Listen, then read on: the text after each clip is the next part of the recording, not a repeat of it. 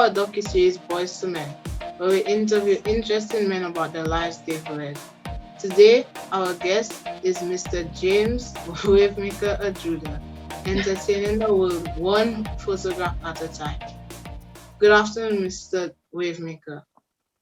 And how are you Good today? afternoon. I'm good, thanks, and thanks for having me. You're welcome. Um, for the purpose of this interview, what is your full name? My full name is James Matthew Ajoda. Okay, did you ever have a nickname?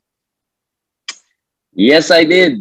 I had quite a few. Some I can't tell you, but one name that I had was Head because I've got a big head, and funny enough, like in school, there was a tennis brand that I had head shoes, head tennis rackets, head pencil case. So the fella just started to call me Head. Yeah. Okay. So, well, I guess you already told me the story behind your nickname. So, Mhm. where did you grow up? Okay, so I was born in England. I grew up there for until I was about 10 years old, and then my family we moved to Saint Lucia. So I've been here ever since. So it was myself, my mom and dad, and I have an older brother and a younger sister. And yeah, we moved to Saint Lucia because that's where my dad is originally from, and that was always his dream for him to come back to Saint Lucia. So that's how I'm still here. Can you kind of tell us about what your boyhood was like? Um, I can't complain, I can't complain because when I think of my time in England, I must say that it had some challenges because the area I lived in England, we were the only black family. So sometimes, there was some low key Racism? racism. Yeah, low key. Especially at school, there was different situations sometimes, when you're young, and people tell you something, sometimes my mom had to come into school. So coming to St. Lucia, Yes. was really completely different. Now, for my brother who was older, it might have been a bit of a challenge to leave.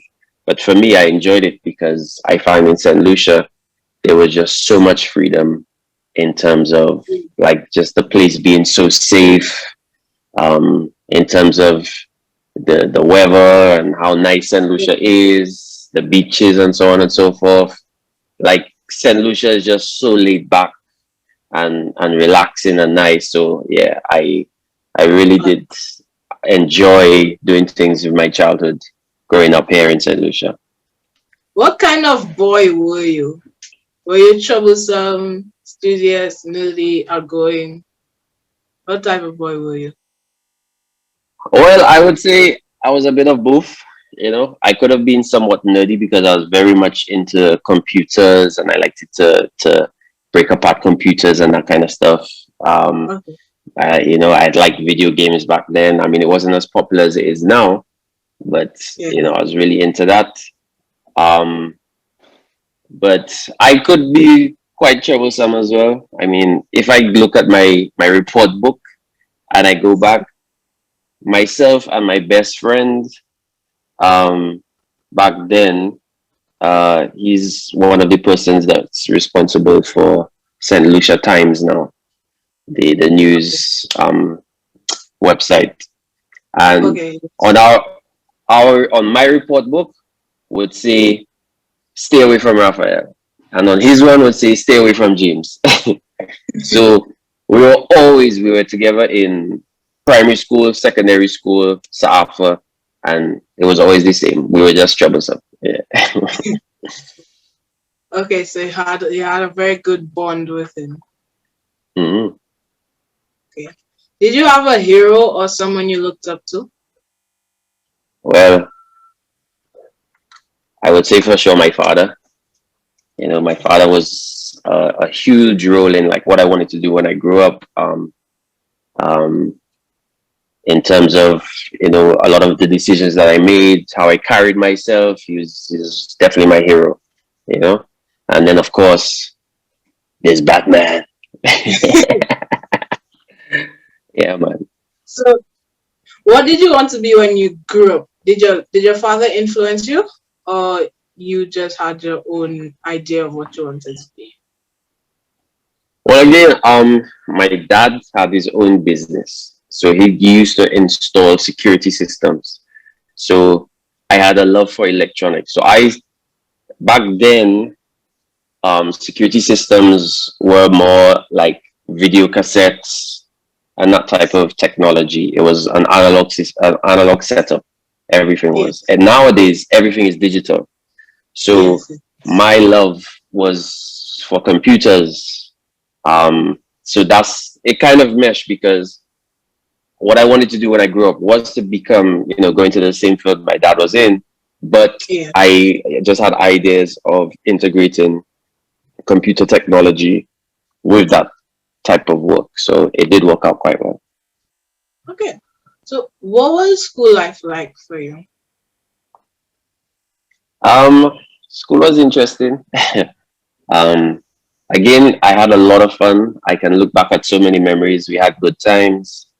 It definitely prepared me for coming out of my shell and be joining the working world, being Yeah. confident in what I do.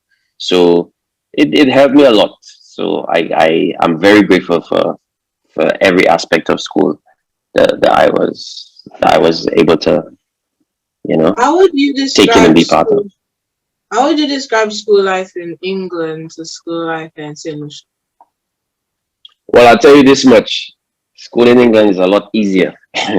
We have it very difficult here in when I say difficult, it's probably the wrong word. I would say we're more advanced here in St. Lucia. Okay.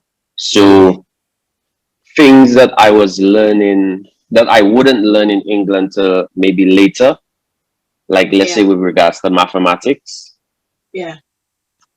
In primary school, they were already teaching that type of mathematics. So I would say that yeah, in St. Lucia we're a lot more advanced. I find the curriculum. I don't know how, but it just seems like the curriculum that we have here, like it makes you think more, and Okay. especially with regards to some of the subjects, though there's a wide variety. Okay. Okay. So you just mentioned some of the subjects. So what was your favorite subject? Um, when I got to secondary school, my favorite subject was information technology by far. I love that subject. Yeah. So the teacher who taught that subject, was that teacher your favorite teacher, or you had uh another favorite teacher? I mean, she was one of my favorite teachers, but I mean, if I had to say my favorite teacher would have been just because of the amount of influence she had in my life. Um, Not just with regards to the subject, but also just life, was my principles of business teacher, Miss Francis. She was super helpful. I'm not sure if she's still teaching now, but yeah, Miss Francis was a huge, teacher in my life. Okay. So did you go to secondary school? Yes, I did. You might not want to hear this, but I went to Cashew's Comprehensive Secondary School, CCSS, the best. Yeah. Funny enough, right? A Yes. lot of my friends in primary school, their first choice was St. Mary's College, but my first choice was Cashew's Comprehensive because Okay. I wanted to do practical subjects. I did not want to do academics. Like the focus of Yeah. SMC, I find, is heavily based on that. So for for my choice for Cashew's Comprehensive, and it was entirely my choice. Like my parents let me choose myself. And Okay.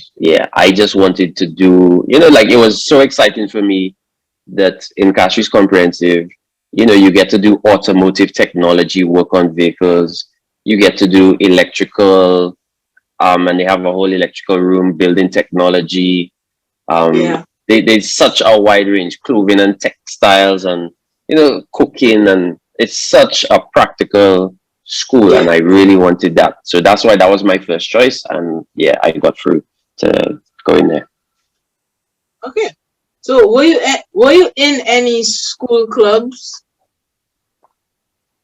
That's a tough question because I can't really remember a lot. But I know I was in Duca's. I think it's called Duca's or Duke of Edinburgh Award Scheme. That was like an after school thing. Also I used to play, like I used to go football, do football. And it was interesting. It was fun. Yeah. Okay. During your time, if there's a pandemic like this one, how do you think you and your friends would cope in terms of your social life and school life? If back then we had a pandemic and we had to do um school from home, everybody would have failed because internet back then was so slow. So that would never work at all, at all, at all. I have absolutely no idea how we'd be able to do it. Not just internet was slow, internet was expensive. And There were back then you had to, it was what? fewer devices available to everyone. Yeah. Yeah, but I mean, we still had our computers and everything, but I Yeah. mean, like for instance, when you wanted to use the internet, like you couldn't be on the phone. Right? Because if somebody tried to make a call, like all you're hearing is so that would be a problem. If somebody had to get a call or something, then you have no internet. So yeah. I don't know how we would have survived if that something like that was to happen back then and then we couldn't go to school. Like I don't think not just St. Lucia, anywhere in the world was prepared for something like that. And even just homeschooling was something that was kind of looked down upon back Oh, then. I mean, nowadays it's not that bad, and you have not just the internet, but you have access to so much more, you know, ways to learn with Google Classrooms and whatever it may be. So yep. yeah. So after secondary school, did you seek higher education? Yeah, so after secondary school, I went to Sir Arthur Lewis. I did computer maintenance and systems engineering. Um, it it was a good course. Like I did learn a lot. Um, but of course, at that age when you get a little older, sometimes you can it's easy to be distracted. So if you do go to South Louis, you also have to make sure that you're focused because there's a lot of distractions. Um, Also after that, there was something called CompTIA A plus networking course that I did. And then after that, I went to work with my dad with his security company. So as soon as that happened, I had to travel to Canada, to Miami, to England to do certifications on different products. And that was like a regular thing. Like normally, sometimes every year, I would have to recertify myself in the new technologies.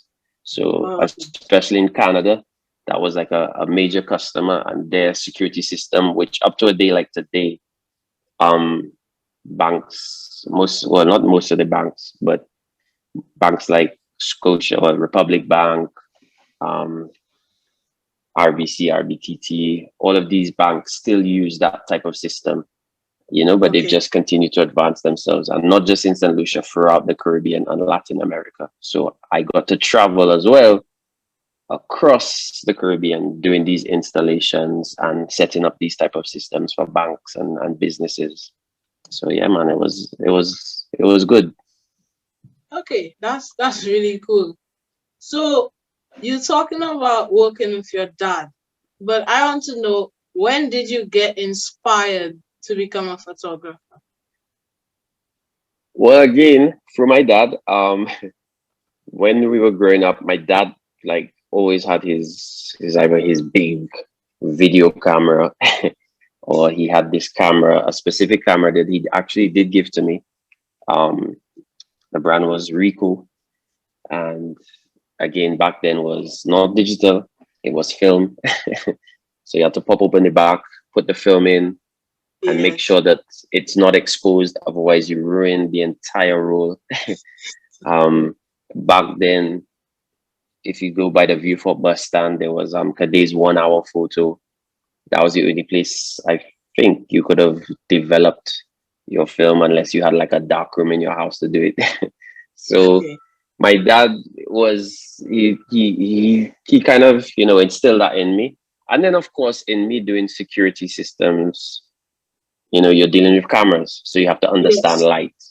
You have to understand that type of technology as well with the camera sensors. And there's some cameras you could put watching a door entrance, and there's others that you can't put because of the technology. Some of them can't adjust the light. So I had the knowledge, but then it just so happened that, you know, the love that I continue to have for photography, it just grew and grew, and that's how I got some opportunities. I decided that, you know what, I want to start my own photography company. And I actually, the reason why is, when the iPhone came out, I got an iPhone, and it was the pictures that I was posting, because Instagram at first was only for iPhone users, and it was a photography only app. It was an app for photographers. Oh, okay. So when I started to put, you know, my pictures I take from my iPhone 4 online, you know, the feedback was nice. And then it was Yes. from that, that's how I started Wavemaker photography, from using my iPhone. That's a very interesting story how your business started. Yeah, man. So, what was your first job? Um, so I was using my iPhone, and a friend of mine, she was working for, I didn't, you know, Dazzle magazine. No, So I don't. Dazzle is like a local magazine here. So back then they also had this type kind of tourist magazine. So my friend was writing an article for it. So since she had liked my pictures, she said, "Can you take photos?" She has to do a review of a restaurant in Soufre. Can I come and take pictures? I was like, "What, with my iPhone?" And she was like, "Yeah." So I went with her. We went to this restaurant down Soufre. They gave us so much food, and you know, I was just eating, and just taking pictures of the food. And then they used those pictures in an article. So that was my first published work in a Oh, magazine, this tourist magazine. And then a few weeks later, she got a job at St. Lucia Jazz Festival. So she told me, like, I want you to come and help, but you need a professional camera.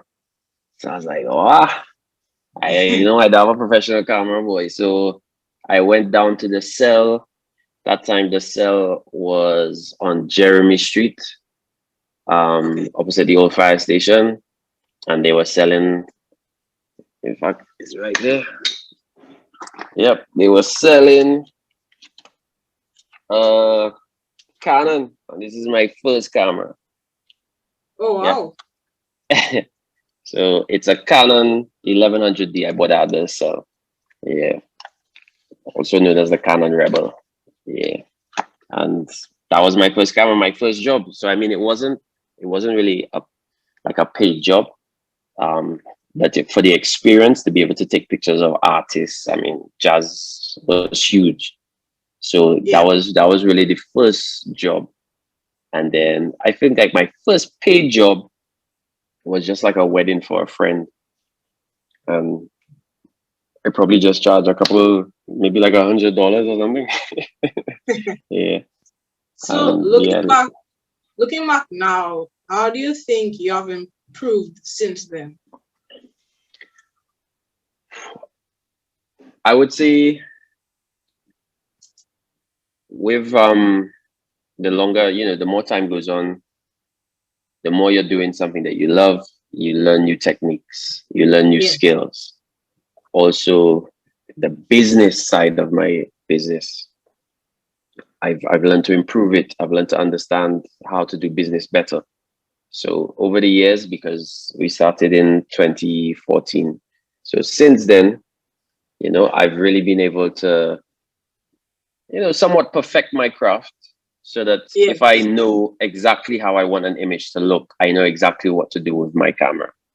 You know, Yeah. maybe the first job I had, you know, I just had the camera in auto mode, right?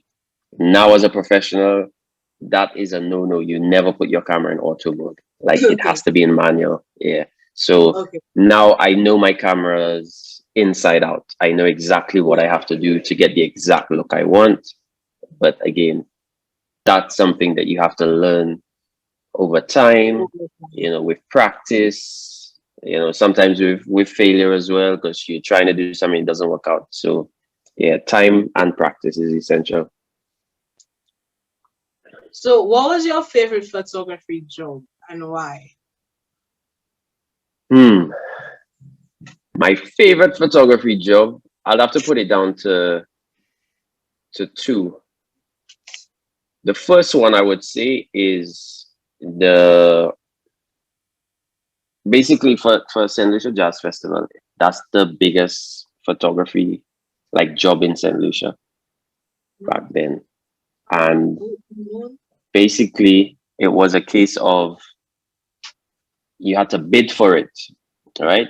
So they ask for like a tender, which means they put it out and you have to submit something to say that this is what you'll do and so on and so forth.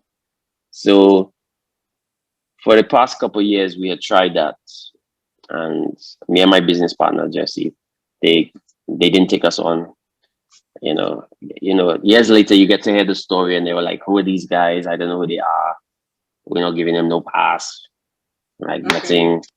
So we try, but then it just so happened that what the 1 year we put together such a strong proposal with also just before the proposals were we had to give it in. We started to post some of our old pictures online on social media, and it created a buzz. And because people were like, how I never see pictures from jazz coming out like that, and so on. So we won that contract, and this was really the first time young entrepreneurs had won that contract. And at that job, when they were interviewing us, because they had us in the press talking to us about young entrepreneurs won this job, they said, what are you going to do different? Now I had no idea, but I just told them, be in for a surprise. Now only time I think to myself, what we can do different, boy. So that's time, drones just kind of came out and things. Yeah. So that time the Phantom 2 was out. So the Phantom 3 was coming out, but the Phantom 3 wouldn't have been available until June, and Jazz is in May. So the next one was the Inspire one, and this was like 5,000 US dollars. And guess yeah, no money to buy that. So when we got the deposit for the job, we just took the entire deposit and we just paid for that. And we never flown a drone before, and drones weren't really used in events. But that job, we learned to fly it in maybe about 2-3 days. And that was the first time in St. Lucia that events had drone photography. And the Inspire is not the little one, and the Inspire is the big one. So that was flying through the crowd during jazz, and people were shocked. So I would say that's really one of my favorite jobs. Yeah. You are known as the entertainment photographer. Can you please explain what an entertainment photographer is? Yeah, so basically we do events, so event photography. So that would include weddings, parties, sometimes even birthday parties, whatever it may be. Any type of event, that's what we do. But again, we're not just limited to that, we still do photo shoots, we still do like work for businesses and so on. But yeah, we are most known for doing parties and events, weddings. That's really what we do. So you talked about doing events and you said event photography. So what events do you prefer doing? I would say parties. I love capturing a moment. All right. Okay. I guess it would, you see, weddings are nice, right? But weddings are a lot of pressure because if you miss one moment, that is it. That moment is gone. Yes. Whereas with parties, like people are enjoying themselves, and sometimes you capture that moment of them enjoying themselves, and Yes. like it's I really do enjoy in capturing those type of moments. So that's why I would say, I prefer those type of events. Yeah. Great. So if you had to choose one camera and one camera only, which one would you choose and what brand? Well, I told you my first camera was Canon, but I'm not a Canon man anymore. I'm a Nikon. I shoot Nikon. Okay. And um although I could tell you, like, there's a Hasselblad camera which is like 50,000 US dollars. I could say that, yo, I'd love that, but then it's not really practical. So I would say the Z6 II, Nikon Z6 II is a brand new camera. It's Yeah. mirrorless, and in terms of all the features that appeal to me as a photographer, that camera has it now. The Z6 I was missing some key features, so now they released the Yes. Z6 II. Yeah. And for myself, it's a great all-round camera in terms of doing photography and videography. So Z6 II all the way, man. Okay. So what advice would you give young people like me who that would want to pursue photography? What advice would you give us? I think you have it easier now in that you could make a photography business quite easy. You use Yes. your phone every day. Your phone has a great camera. What phone do you have? Samsung Galaxy A50. Right. And I'm sure you can take great photos with that. And Yes. right now, you also have your friends at school. So imagine you started a business and you use them as your clients and you start charging them $10 or $20 to do a photo, and you started to understand lighting and so Yeah. on, and how to take the best picture. And then you start charging them. All of a sudden now, those friends start telling their other friends, and they tell their other friends, and before you know it, you know you've made Yeah. $500 just taking pictures of your phone. So it's a Yes. lot easier now. And then also with regards to knowledge, YouTube is there.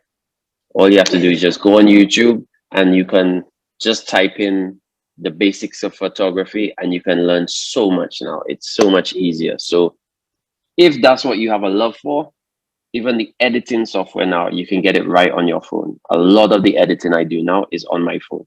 Like, I don't even have to sometimes come to the computer. So all of that, it makes it a lot easier if that is really what you want to do. So what was your thinking behind the name of your business? What It's what a does strange, Wavemaker mean to you? it's a kind of strange story. When we were coming from England, my dad would bring vehicles down. Like, when he would go up, he would get them in auctions and bring it down. Yes. So one of the vehicles, he brought a Suzuki Vitara from my mom once, and on the side of that Vitara, it said Act 1 Wavemaker. I don't know where that came from. You understand? But that was on the side of the vehicle. It was like a really kind of stylish thing. So in growing up now, my brother and I adopted it. So my brother liked to DJ, so he started to call himself Wavemaker Sounds. Um, we also we had a car racing team, so we used to race down in Vieux on the Kakabef, and Uh-huh. our vehicles, all of our little sports cars, had Wavemaker Racing Development Team on the vehicles. So when I Yeah. was now doing my photography business, I was looking at for a name, and I'm just like, well, Wavemaker Photography. And since then, We have Wavemaker Photography, Wavemaker Productions, Wavemaker Weddings, the Wavemaker Booth. Yeah, so all of these things just work hand in hand now. Wow, that's really cool. So, in your opinion, what is your greatest achievement? Um, I think one of my greatest achievements would be being part of the Photography Association. I've been the president for the past few years, and to see the growth in photographers now, I think that's what I'd say is like my greatest achievement. Because what happened was when I started photography to do an event, promoters and businesses were charging like $100 to do a party, and people would take pictures for the whole night, and sometimes only get $100. But because Yeah, of us all working together as photographers and getting everyone, united in terms of like how much we all charge, sometimes you could have a party and now these same promoters, these same businesses will pay sometimes $2,000, $3,000 for one event. So I would say, see, having people see now photography as a respectable trade, not just yes, these camera guys in the party or whatever. Like yeah, people see that this is a respectable profession. Yeah, I think that I would say is I can feel proud knowing that I've been a part of that. that's really good. If you had to change one thing about your life, what would it be? Hmm. What would it be? Um, I would have become maybe an entrepreneur earlier. Um, like just have multiple streams of income, do my own things, you know, as well as other things that I would have done. Yeah, I would say that's something that I would have done. Like entrepreneurship is a beautiful thing to be able to be your own boss and to Yes. do whatever you love to do as well. Yeah, I say that was probably something I would have done. What are some pitfalls, lessons that you have learned as a man that you think I could avoid while growing up? I would say listen to your parents. Listen to your parents. They like sometimes you don't understand why they tell us certain things, but you have to realize that they've lived life already. They understand, even though you might think, well, yeah, that was back in the day, things different now. No, no, no. Like although things have changed, parents are still very much aware of what's going on. Yeah, So I would say listen to them because they have your best interest in heart. And sometimes we end up making mistakes because we don't listen. So yeah, I would say that's one aspect. And then another aspect would be um, to make sure you educate yourself in terms of managing your own money.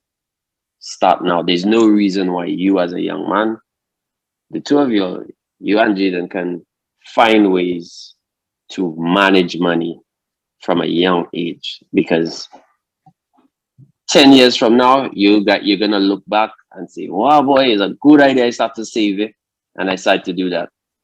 And yeah. it will give you a great foundation for whatever you want to do as you get older. Thank you for that. So, No problem. as you navigated through life, what was your greatest motivation? My greatest motivation, I'd say, is my family and God. Like my family have always been God fearing, a spiritual family, so that Yeah, had a major effect on me. And just making sure that that my family's happy has always brought happiness to me. So yeah, they've been like a major factor. And also just remembering that there is a creator that yes. helps put things into perspective. of where we are and what we need to do. Yes. So what would you like your legacy to be? What would you like to be remembered for or as? I would like to be remembered as a photographer that opened the doors for other photographers. That's what I hope. I hope that people will see that, wherever I may end up or whatever, however my business ends up, that people will see that James opened doors for some of us to really improve photography on the island, to set standards for everybody to be able to eat a bread, for everybody to have a successful business. So Yes. yeah, that's what I really do hope that people, and then like I just said earlier, that people see photography as a respectable and an essential trade, because the time that we're living in right now, everything, as you can see, as the countries of lockdown and so on, everything has been photography and videography. Every single business has had to use it in some sort of way to promote their business because persons cannot get to them. So Yeah. I just hope that people really see how important photography is in this day and age now. So talking about now and in this country, where do you see St. Lucia in the next 10 to 20 years time? Because then I will be a grown man. Mhm. Well, I'm hoping you guys will see the importance for sustainability and diversity. In terms of what I'm saying is, we can't just stick to one thing. We have to Yes. have, as a country, you know, different areas. So I Multiple. hope in 10 to 20 years, right? I hope it's not just tourism that St. Lucia's relying on. I hope that there's a thriving manufacturing um, businesses industry in St. Lucia. I hope agriculture. I remember when I was growing up, and even like in South Africa, like persons who were in the agriculture department of South Africa, like people kind of look down upon that, and that's kind of sad when you think Yes. about it. So I just Yes. hope that agriculture and the science that comes with it, that in 10 to 20 years, that you guys will be at the forefront of, a change in the industry, because we really do need it. We really do need it. And I really hope that, yeah, you guys are going to be the front runners for that. Okay. But I hope so too.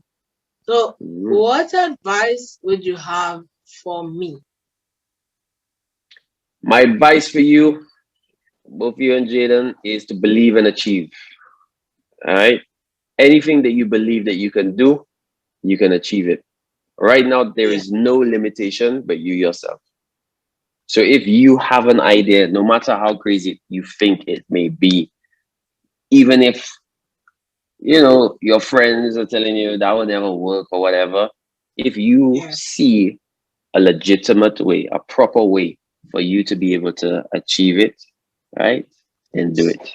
There's nothing that is stopping you. Right? Do your research, learn, Yes. learn, learn. Take in as much information as you can get. YouTube, right? Use that information that is there. There's so many ways you can look at free courses on so many different things. So if you see something and you believe that, hey, this can work in St. Lucia, or you just see something that, you would travel somewhere and you see, hey, but I could bring that to St. Lucia.